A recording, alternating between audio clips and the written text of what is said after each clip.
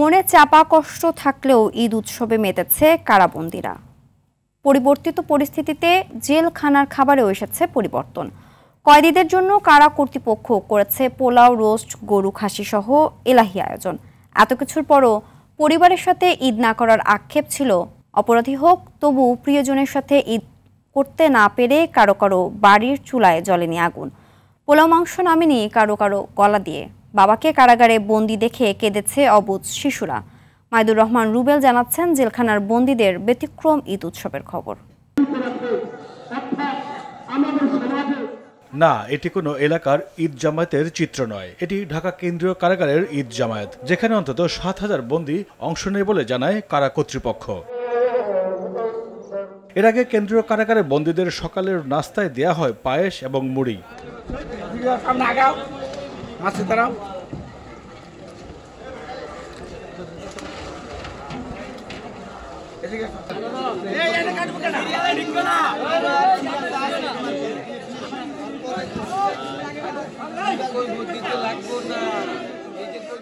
দুপুরে কারাগারে ছিল এলাহি কারবার। ৭,৬২৩ জন কয়েদির জন্য কুরবানি দেয়া হয় ৮টি গরু এবং 10টি খাসি। দুপুরের মেনুতে ছিল পোলাও, গরু, খাসি এবং মুরগির রোস্ট। আমরা চেষ্টা করছি বন্দীদেরকে অন্তত তাদের এই অনুভূতিটা দিতে, যে তারা চার দেয়ালের মধ্যে থাকলেও অন্তত ঈদের আনন্দটা যেন সবার সাথে ভাগাভাগি করে নিতে পারে আমাদের সাথে।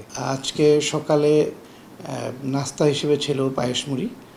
তারপরে সকাল ৮টায়, ৮:৩০, ৮:১৫ তাদের ঈদের জামাত হয়েছে।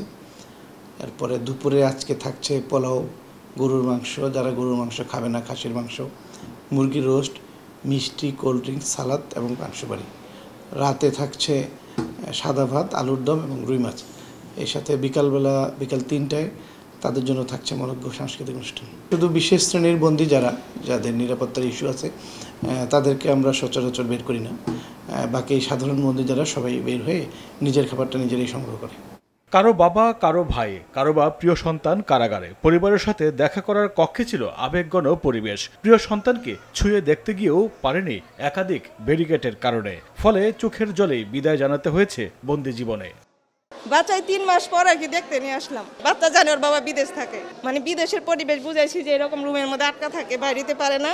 আমার ভাই 2 মাস ধরে আমাদের বাসায় নাই, তাই এই জন্য আমাদের বাসায় কোনো রান্নাবান্না আনন্দ কিছুই হয়নি, সব বন্ধ হয়ে গেছে। আর কষ্ট দিয়ে নাই কথা জিজ্ঞেস করে, আর সকাল থেকে এখানে বসে আছি তার সাথে দেখা করার জন্য। আমার বাসায় আর কি চুলা জ্বলে নাই, মানে যে মানুষটা এখানে আছে সেখানে আমি কি করে আমি বাসায় করি। প্রতি বছরই বাবার সাথে ঈদ করতাম, এই বছরে ঈদ করা পাচ্ছি না, বাবার সাথে আনন্দ করা পাচ্ছি না।